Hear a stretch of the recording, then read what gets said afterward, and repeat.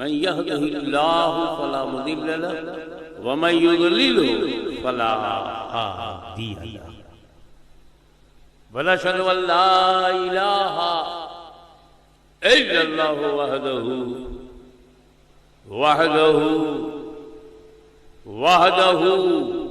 ला शरीक लहु व नशहदु अन्न सय्यिदना व मौलाना व हबीबना व शफीअना व तबीब कुलूबिना व शिफा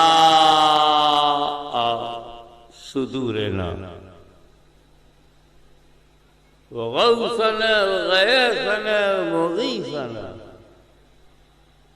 व मुईनना व कुतबना व फरीदना व निजामना व सिराजना व उलाना व अशरफना व नूरा आइनना व मुख्तारना मुहम्मदन अब्दुहु व रसूलुहु सल्लल्लाहु तआला अलैहि व आलिहि व अस्हाबिहि अजमईन अम्मा बाद औज़ु बिल्लाहि मिनश शैतानिर रजीम बिस्मिल्लाहिर रहमानिर रहीम या अय्युहल्लज़ीना आमनु इस्तईनु बिस्सब्रि वस्सलाह इन्नल्लाहा मअस साबिरीन वला तक़ूलू लिमन युक़तलु फ़ी सबीलिल्लाहि अमवात बल अहयाउन वलाकिन ला तशऊरून वलनबलवन्नकुम बिशैइन मिनल खौफ़ि वल जू'i व नक़्सिन मिनल अम्वालि वल अनफुसि वस्समरात वबश्शिरिस साबिरीन अल्लज़ीना इज़ा असाबतहुम मुसीबतुन क़ालू इन्ना लिल्लाहि व इन्ना इलैहि राजिऊन उलाइका अलैहिम सलवातुम मिर रब्बिहिम व रहमा व उलाइका हुमुल मुहतदून सदक़ल्लाहु मौलाना अल अज़ीम व बल्लगना रसूलुहुन नबियुल अमीनुल करीम व नहनु अला ज़ालिका लमिनश शाहिदीन व शाकिरीन वल्हम्दुलिल्लाहि रब्बिल आलमीन। इंशाअल्लाह ताला कल जितनी आयतें मैंने पढ़ी हैं इसको इमाम अली मकाम ने अपने अमल से इसकी तफसीर जो दी है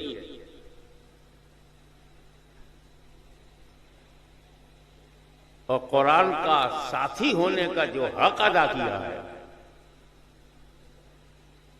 कुरान अहले बैत के साथ है, अहले बैत कुरान के साथ है, इस रिश्ते को जो प्रैक्टिकली अमल से इमाम अली मकाम ने जाहिर किया है उस पर कल तफसीली बात होगी ताकि आपको पता चले कि करबला में इमाम हुसैन कुरान को दोहरा रहे हैं। उससे पहले उस शहादत को बयान करना जरूरी है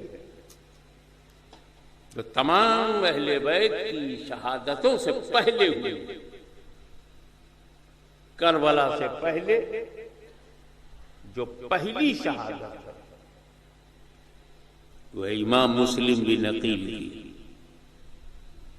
दरवाजा मुस्लिम ने खोला, मुकम्मल इमाम ने किया। साथ ही साथ मैं ये भी बताऊंगा कि अल्लाह की राह में हजरत इब्राहिम ने अपने बेटे की गर्दन पर छुरी रख दिया मगर गर्दन कटी नहीं थी, कुर्बानी मुकम्मल थी। और यहां करबला में इस्माइल अलैहिस्सलाम का पोता न सिर्फ अपनी गर्दन कटवा रहा बल्कि पूरे खानदान राह खुदा में पेश कर रहा है। इन दोनों में क्या राबता है इंशाअल्लाह कल इस पर भी रोशनी डालूंगा।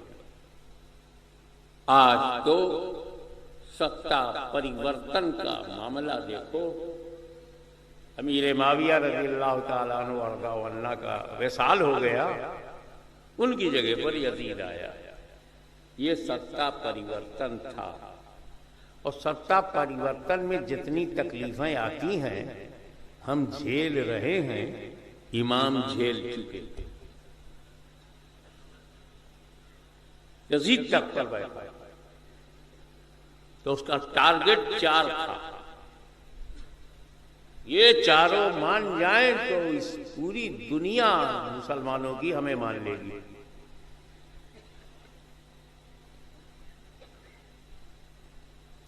शुरू में तो 5, हजरत अबू बकर सिद्दीक के बेटे अब्दुर्रहमान बिन अबी बकर, मगर उनका जब विसाल हो गया तो 4 बचे। एक अब्दुल्ला इब्ने उमर, हजरत फारूक आजम के बेटे, एक अब्दुल्ला इब्ने अब्बास, हुजूर के चचा के बेटे, एक अब्दुल्ला इब्ने जुबैर, अशरे मुबश्शरा हैं हजरत जुबैर उनके बेटे, और एक हुसैन इब्ने अली। ये चारों अशरे मुबश्शरा की औलाद है, जिनको रसूल पाक ने जन्नत की बशारत जीते जी एक ही महफिल में दिया। वो हजरत जुबैर हैं, उनका बेटा अब्दुल्ला इब्ने जुबैर सामने है। वो हजरत उमर है, उनका बेटा अब्दुल्ला इब्ने उमर, और हजरत अब्बास के साहबजादे हजरत अब्दुल्ला, 3 अब्दुल्ला और एक हुसैन इब्ने अली। ये खबर सुनने के बाद कि यजीद तख्त पर बैठ गया है, हजरत अब्दुल्ला इब्ने उमर और अब्दुल्ला इब्ने अब्बास मदीना छोड़कर मक्के चले गए। वो नहीं चाहते थे कि उनकी वजह से मदीने की बेहुरमती हो। महबूब का शहर है, यहां फसाद नहीं होगा।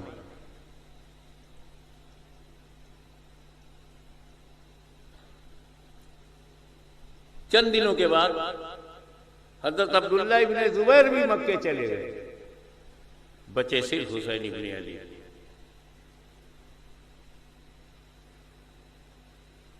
यजीद ने अपने गवर्नर मदीना को लेटर लिखा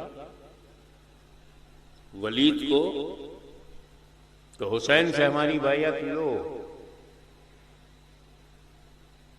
वलीद ने बुलाया, बगैर किसी खौफ के इमाम हुसैन चले गए। बातें हुई, यजीद को बेपर्दा किया, बैयत से इनकार किया। तो वलीद जो गवर्नर था वो अहले बैत को चाहने वाला था, कोई ज्यादती करने को तैयार नहीं था।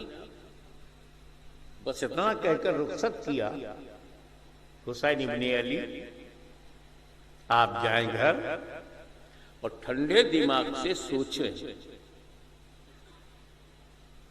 जैसे ही इमाम हुसैन जाने लगे, मरवान वहीं था, फसाद की जड़।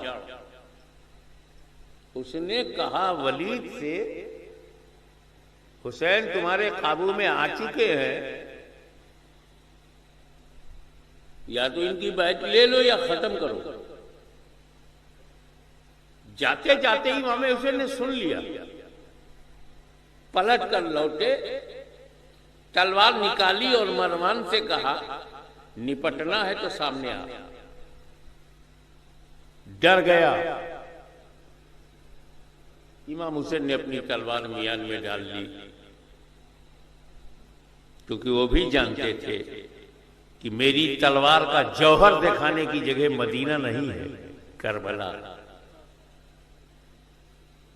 लेकिन घर आने के बाद घर वालों से कहा हालात बहुत खराब हैं, अब हमें मदीना छोड़ना है, अपना सामान समेटो और रवाना होना। घर वालों को यह कहकर कि आप तैयारी करो, सीधे जन्नतुल बकी में पहुंचे। मां खातूने जन्नत फातिमा ज़हरा, जिन्होंने बड़े नाज से पाला था, बहुत प्यार से पाला था, मां की मजार पर जाकर जब हुसैन ने यह कहा होगा, अम्मा मुझे मदीना छोड़ना है,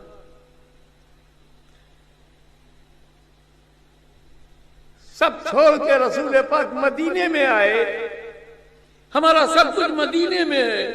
ना ना, मदीने में, भैया मदीने में, माँ मदीने में, अमीर हमजा मदीने में, इमाम हसन मदीने में, फातिमा ज़हरा मदीने में, उम्महातुल मोमिनीन मदीने में, नाना जान मदीने में। आज इस मदीने को छोड़कर जाना पड़ रहा है। हम नहीं अंदाजा लगा सकते, हमेशा के लिए मदीना छूटेगा, हमेशा के लिए। किस दिल से गए होंगे हुसैन अपनी मां के साथ, कितना दुखावा, कितना दर्द, कितनी पीड़ा। हम मदीना जाने का जितना जज्बा रखते हैं, बताओ छोड़ने का क्या असर होगा।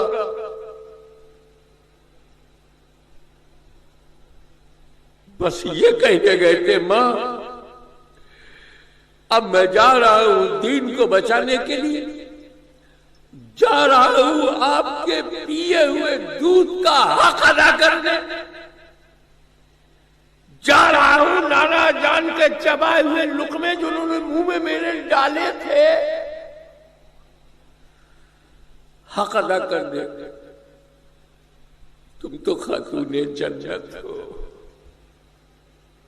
तुम तो रसूलुल्लाह के दिल का चैन हो, पवित्रता और पाकीज़गी का मुजस्समा हो।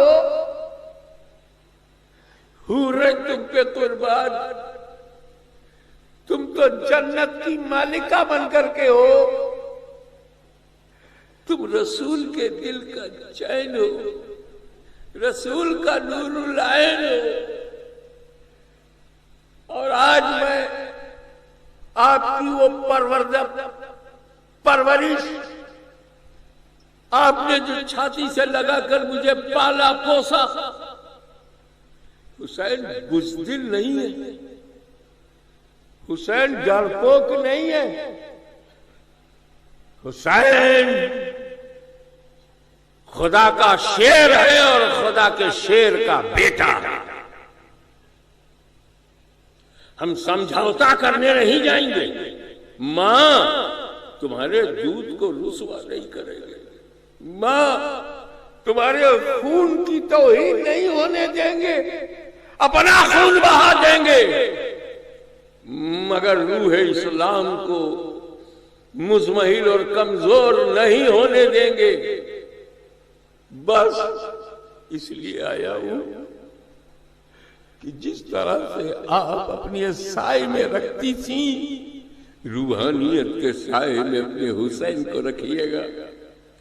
जैसे मेरे बचपन में आप मदद करती थी, अब मेरी जवानी में आपको मदद करना है।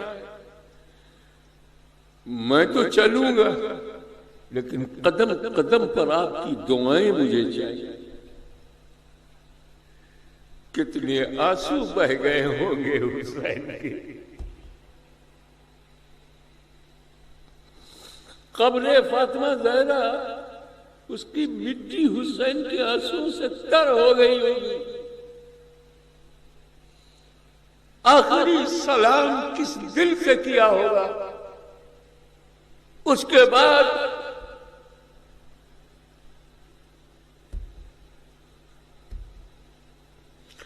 जब नबी की मज़ार पर आए,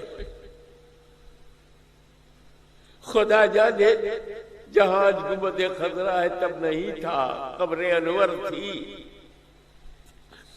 अपने नाना की खुली हुई कब्र के पास आकर सिर्फ आ गए होंगे हुसैन, सिर्फ आ गए होंगे।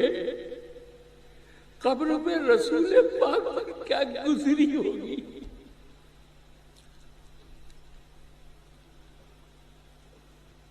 नाना जान, आपने अपने कंधे पर बिठाकर अपनी जुल्फों को जो मेरे हाथ में दिया था, मैं समझ गया था कि आप मेरी तरबियत कर रहे हैं। आज मेरे हाथों में आपके गेसू हैं, कल मेरे हाथों में उम्मत की लगाम होगी। नाना जान, बड़े प्यार से आप मुझे हुसैन कहते थे। नाना जान, मैं वही हुसैन हूं जब आप सजदे में थे और बचपन की वजह से मैं पीठ पर बैठ गया था, तो आपने सजदे से सर नहीं उठाया कि कहीं मेरे बदन में हल्की सी चोट ना आ जाए। आज वही हुसैन आपके दीन को बचाने के लिए चोट खाने नहीं, गर्दन कटाने जा रहा।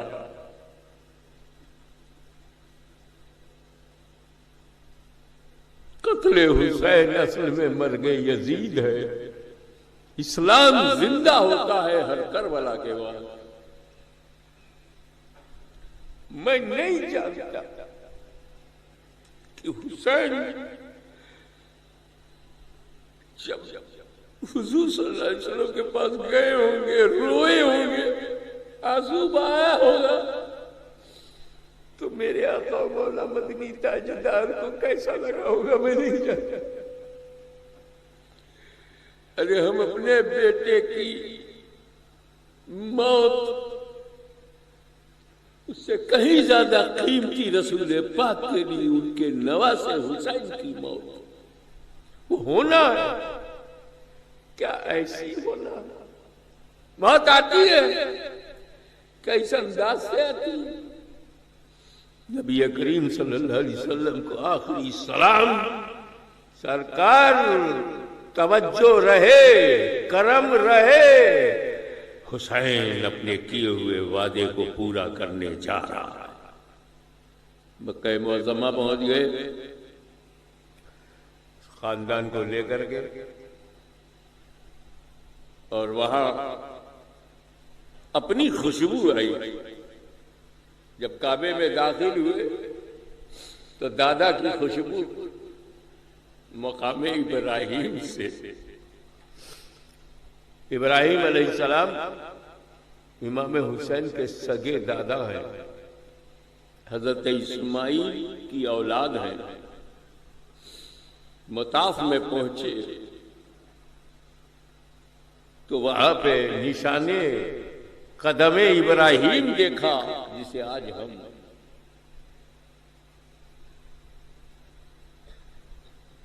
तवाफ की 7 तवाफ के बाद जब हम उसके पास आते हैं मकाम इब्राहिम पे, हम मुसल्ला बनाते हैं।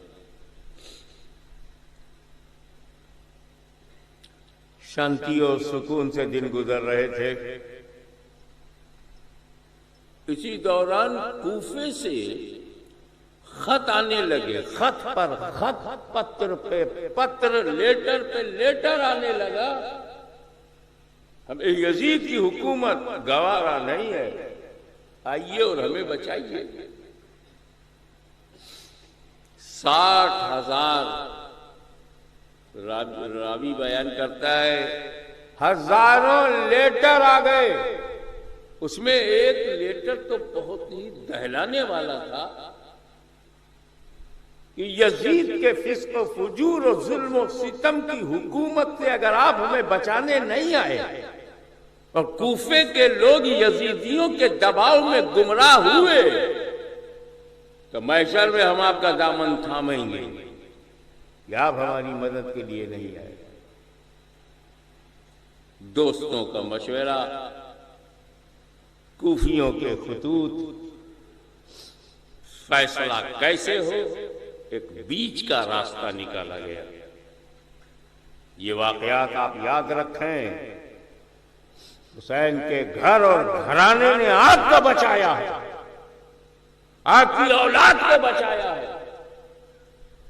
आप जिंदगी के किसी मोड़ पर हुसैन की मोहब्बत से समझौता नहीं करेंगे। जान रहे न रहे, मगर हुसैन और उनकी औलाद की मोहब्बत हमारे सीने में मरते दम तक रहेगी। क्या किया जाए? तो बीच का रास्ता ये निकाला गया। कूफियों पे भरोसा नहीं, लेकिन जब वो इस्लाम के लिए बुला रहे हैं, हिदायत के लिए बुला रहे हैं, दीन को बचाने के लिए बुला रहे हैं, तो बेवफाई की बात कहकर टाला नहीं जा सकता। तो बीच का रास्ता ये निकला कि अगर मुस्लिम बिन नकील को कूफे की सच्चाई जानने के लिए भेजा जाए, और जब वो खत लिखें कि हालात साजगार हैं, इनका जज्बा सच्चा है, तो मुस्लिम बिन नकील के बुलाने पर हम जाएंगे। मक्का मुअज़्ज़मा से मुस्लिम बिन नकील को रवाना किया गया। दोनों बच्चे पकड़ के, पैर पकड़ के मचल गए, अब्बा मुझे छोड़ के मत जाइए। इमाम हुसैन ने भी कहा मुस्लिम बिन नकील से कि अगर दो बेटों को छोड़ के जाओगे तो वहां ये बेटे याद आएंगे और बेटों को तुम याद आओगे, बेहतर है कि साथ रखो। इमाम का हुक्म सारा मुस्लिम बिन नकील कूफे की तरफ चल पड़े। कूफा जब पहुंचे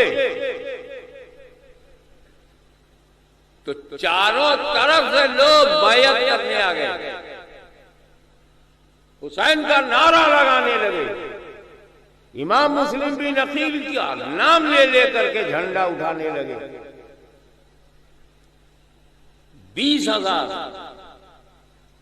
से ज्यादा लोगों ने बैयत किया, मुरीद बने, वादा किया कि हम जिएंगे तेरे लिए, मरेंगे तेरे लिए।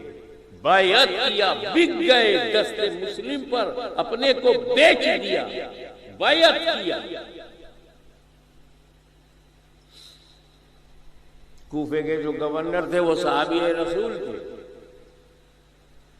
अब सहाबी रसूल अहले बैते रसूल से क्यों पंगा ले, उन्होंने दिया।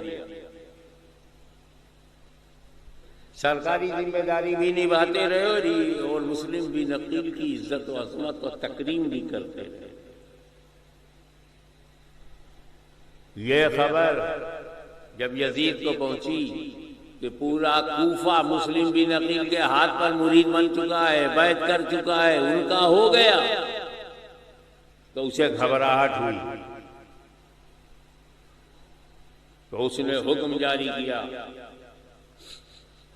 बसरा के गवर्नर को कि तुम अपने किसी अजीज को बसरे का गवर्नर बनाकर सीधे कूफा चले जाओ। और हजरत नौमान जो गवर्नर थे, साहबी रसूल थे, उनको सस्पेंड करो, उनको गवर्नरी से हटाओ और खुद गवर्नर बन जाओ। इब्ने जियाद मुंह छुपाकर किस तरह कूफा पहुंचा वो मैं बयान कर चुका हूं। मुख्तसर ये कि वो कूफा में आया, आते ही उसने पहला काम ये किया कि जितने दौलत वाले, तजारत वाले, बिजनेस वाले, पैसा वाले थे उनको बुलाया।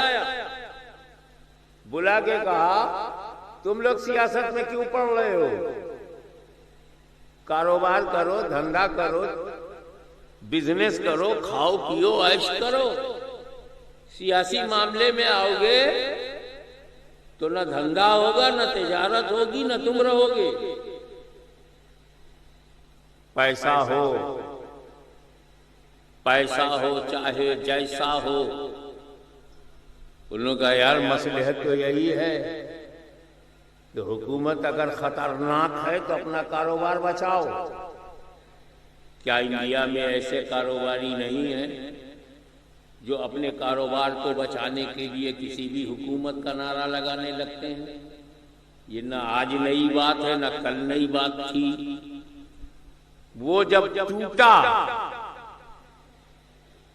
तो कुछ मीडियम क्लास के लोगों को बुलाकर उसने कहा अगर हुकूमत के खिलाफ तुम मुस्लिम बिन अकील का साथ दोगे तो तुम्हारे घरों को गिरा दिया जाएगा, तुम्हारी औरतों को मार दिया जाएगा, तुम्हारे बच्चों को यतीम बना दिया जाएगा।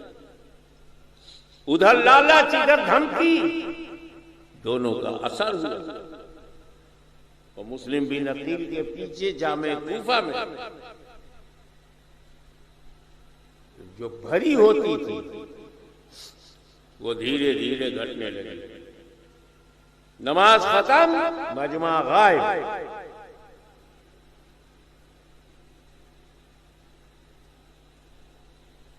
ऐसे ऐसे सूफी बुलाते भी हैं और साथ छोड़ देते हैं।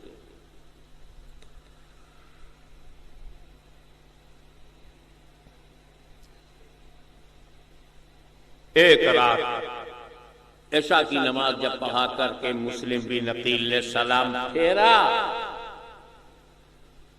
तो पीछे कोई नहीं था, जमात में भी नहीं। एक बूढ़ा आदमी मस्जिद के कोने में बैठा हुआ है, उसके पास गए और पूछा, बाबा मामला क्या? कहा, आपकी जमात से पहले गवर्नर इब्ने जियाद के सिपाहियों ने ये ऐलान किया कि मुस्लिम बिन अकील के पीछे जो भी नमाज पढ़ेगा वो घर नहीं पहुंच पाएगा, उसकी हत्या कर दी जाएगी, उसको कत्ल कर दिया जाएगा, उसका मर्डर हो जाएगा, उसके घरों को गिरा दिया जाएगा। इसलिए सब के सब निकल गए।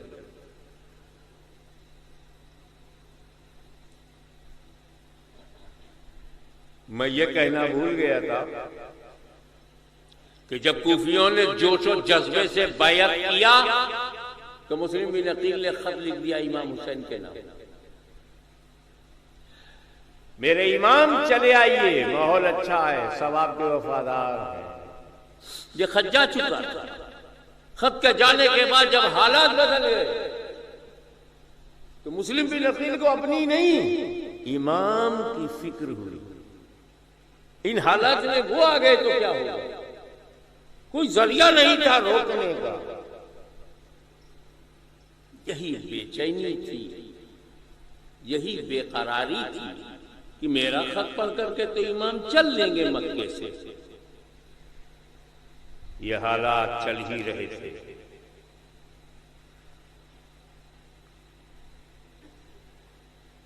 मैं मुख्तसर बयान करूंगा क्योंकि वाकयात सब आपके पास हैं। चल ही रहे थे। एक घर में मुस्लिम बिन अकील ठहरे हुए हैं। फजर के बाद दरवाजा खटखटाया गया। हजरत मुस्लिम बिन अकील बाहर निकले तो क्या देखते हैं, जिन लोगों ने खत लिख लिख करके बुलाने का दावा किया था वही सब सामने खड़े हैं तलवार लिए हुए। उनमें नुमाया आदमी था मोहम्मद इब्ने अशआश। उससे इमाम मुस्लिम ने कहा, तेरी दस्तखत भी तूने भी सही किया था उस लेटर पर जिसमें इमाम को बुलाया गया, और आज तू मुझे तलवार लेके आया है मेरे सामने। उस बेहया ने यही जवाब दिया, वो समय कुछ और था, ये समय कुछ और है।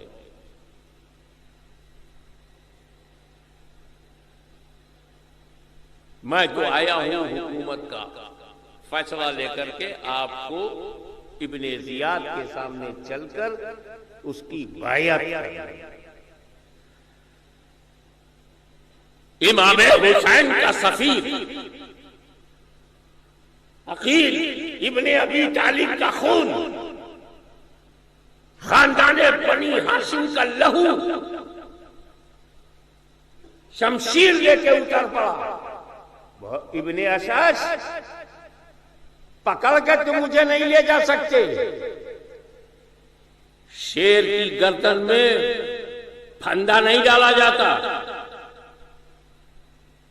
मैं अली का शेर हूं, हुसैन का शेर हूं।